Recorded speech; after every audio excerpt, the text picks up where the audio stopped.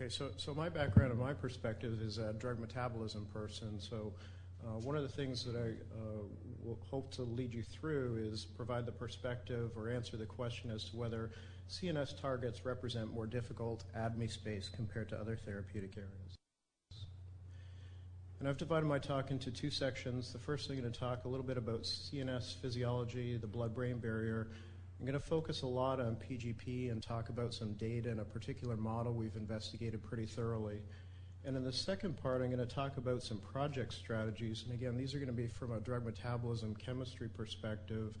And there, try to convince you that there's a link between the nature of the target itself and the ADME properties and what you need to do to solve the problems to have a successful candidate.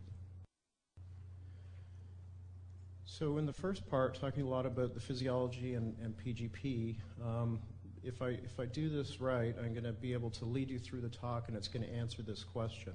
So we've been studying blood-brain barrier penetration for a real long time, and the question is it still a barrier to developing drugs for central targets?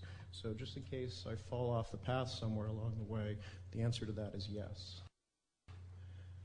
In the first part, I'm going to talk, as I said, give you a little bit of an introduction to the physiology of the blood-brain barrier. And the bulk of this section is going to deal with the results from this megamouse study.